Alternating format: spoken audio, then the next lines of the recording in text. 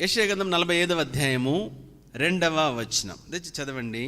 యెషయా గ్రంథము 45వ అధ్యాయము 2వ వచనం 2వ భాగం. ఇత్తడి తలుపులను పగలగొట్టెదను, ఇనుప గడియలను విడగొట్టెదను. ఇత్తడి తలుపులను పగలగొట్టేదను, ఇనుప గడియలను చెప్పండి విరగగొట్టేదను. ఇత్తడి తలుపులు కాబట్టి ఇత్తడి తలుపులను ఆయన పగలగొడతాడు, ఇనుప గడియలను ఆయన విరగొడతాడు. అనగా దేనికి అంటే ఇత్తడి తలుపులు లేదా ఇనుప గడియలు, సాధారణంగా ఇనుము గడియలు దేనికి ఉపయోగిస్తాం? తలుపులు వేయడానికి కదండి. తలుపు వేసాక అక్కడ మంచి ఐరన్తో వేసిన పెడతారు, ఐరన్ లాక్. కాబట్టి ఇక్కడ అంటాడు ఏమని, ఇత్తడి తలుపులను పగలగొట్టేదను, ఇనుప గడియలను విరగగొట్టేదను. అంటే మూయబడి ఉన్న తలుపులు, అంటే నీవు తెరవలేని బలమైన గడియలు కలిగిన ఆ తలుపులను లేదా ఆ గడియలను నేను పగలగొడతాను, నేను విరగొడతాను. అంటే అర్థం ఏమిటంటే నీవు ఓపెన్ చేయలేని, నువ్వు తెరవలేని ఆ బలమైన మూయబడిన తలుపులు నేను తెరవజేస్తాను. కొన్నిసార్లు కొన్ని సమస్యలు ఎలాంటిదంటే ఎంత పోరాడినా జయించలేకపోతాం. కొన్నిసార్లు ఎంత పోరాడినా సరే, కొన్నిసార్లు చాలా బాధ అనిపిస్తుంది, పోరాడేవాడికి చాలా బాధ అనిపిస్తుంది. సోదరుడు సహోదరి, బైబిల్ చెప్తుంది కొన్ని చాలా కష్టమైనవి ఉంటాయి, కొన్ని భయంకరమైన ఒక కొండలాగా ఉంటుంది అన్నమాట. అవి ఆ ఇనుప తలుపులు, ఇనుప గడియలు వేసి బిగించుంటే నువ్వు ఎంత కొట్టినా నీవు ఓపెన్ చేయలేవు, దాన్ని ఎంత కొట్టినా దాన్ని తెరవలేవు, ఏం చేసినా అది జరగదు. ఏం చేసినా కూడా కొన్నిసార్లు నిరుత్సాహం. చాలామంది ఫిలాసఫర్స్ చెప్పేది ఏమిటంటే నువ్వు ముందు పోరాడాల్సి వస్తే నువ్వు నిరుత్సాహంతో ముందు పోరాడంటారు. అన్నిటికంటే పెద్ద సమస్య ఏంటంటే మనిషికి డిసప్పాయింట్మెంట్ అనమాట. డిసప్పాయింట్మెంట్తో పోరాడాల్సి వస్తుంది. మనం ఎక్కువ ఏదైనా మనం చేద్దామంటేనే వెంటనే ఏదో ఒక మనకు వ్యతిరేకమే జరుగుతుంది.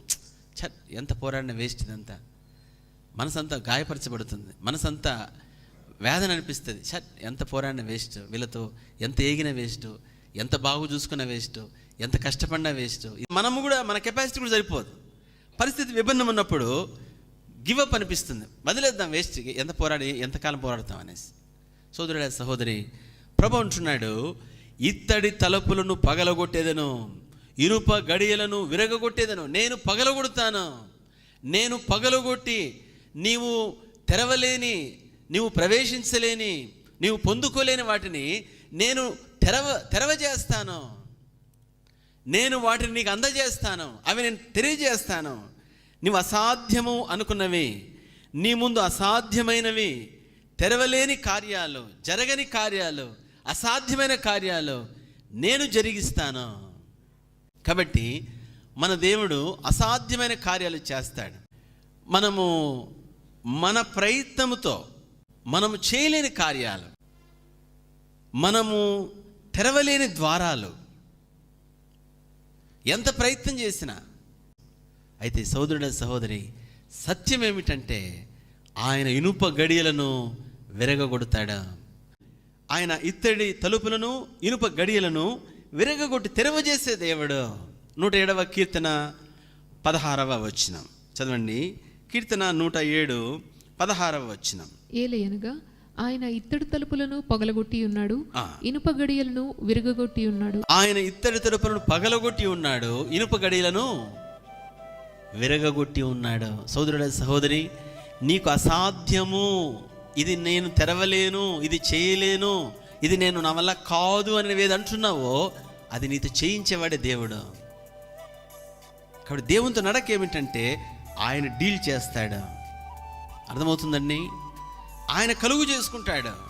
మన ముందు అసాధ్యాలను ఆయన తెరవ చేసేవాడు, దానిని మనకు అనుగ్రహించేవాడు.